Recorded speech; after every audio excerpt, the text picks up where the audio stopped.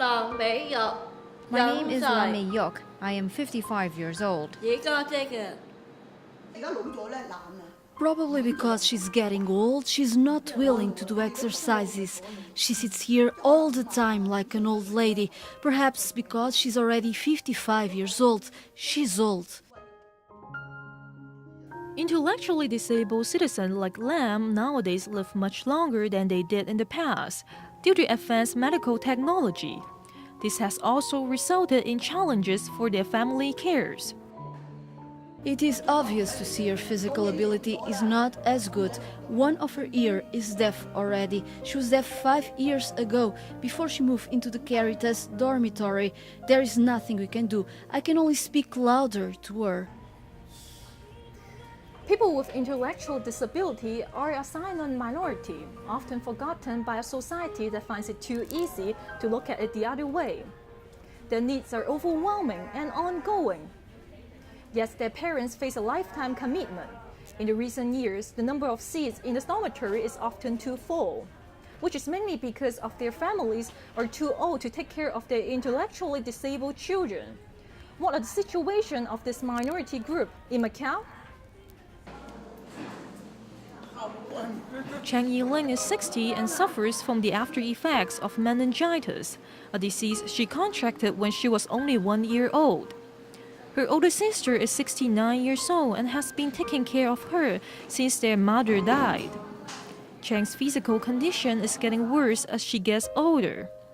Her sister says she often worries others would pick on Chang Yiling if she's not next to her. For example, once a security guard of their residential building did not let her take the elevator before everybody was gone. According to medical research, intellectually disabled people have a higher chance of having physical disabled-related diseases at an earlier age compared to ordinary people. And the cause of early physical deterioration is genetic. In fact, they're facing the same aging and health issues as ordinary people, but we're talking about double aging problems in there. The families who take care of them also face the fact that they are suffering from chronic health issues such as diabetes or joint problems.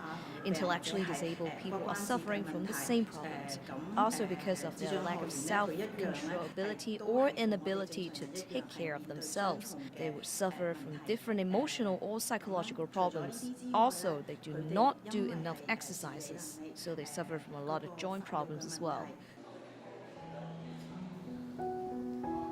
According to Social Welfare Bureau, the total number of residents holding a valid disability card is 10,486, which is about 2% of the total population. And 5% of these are intellectually disabled residents who are aged 45 or above. In the next 5 to 10 years, the number of aging intellectually disabled residents will go up and the need of medical services will increase as well. What are the actual challenges to be faced in the society? Intellectually disabled elderly are the same as other ordinary elderly. They receive all the subsidies from the government, for example, the disability subsidies, free medical service, public transportation subsidies, etc. Also, we provide effective measures and financial subsidies, especially aimed for intellectually disabled elderly. Lau Mui-Gui is a mother of a son with autism. Similar to most cases, she insists on taking care of her own son. However, she could not take care of her son anymore as she is getting old. She is afraid that her son is not going to take care of himself when she passes away in the future.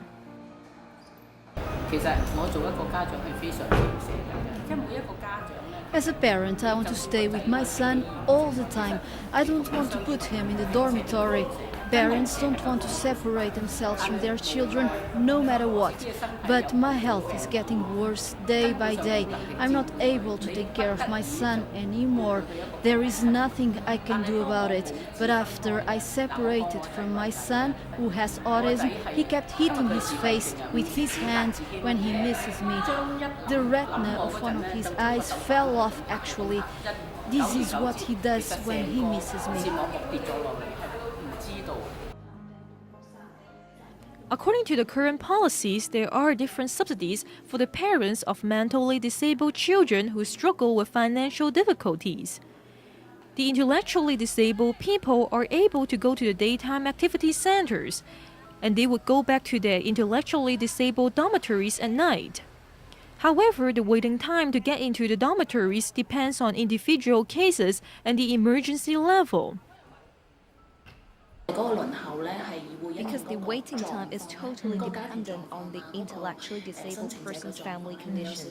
For example, if they have done an evaluation at a center, he or she is in the waiting list now. This person could not enter the dormitory immediately, as their situation is not as urgent as others, but we still have a mechanism to handle those that are on the waiting list. And the students who are under emergency situation could contact us, and we'll see what we can do to help them right away.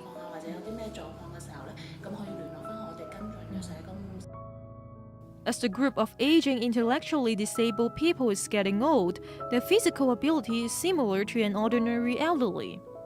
In fact, an old age home for people with intellectual disabilities is the last protection they have. Parents of children with special needs met and talked about this common issue about who would look after their children when they grow old.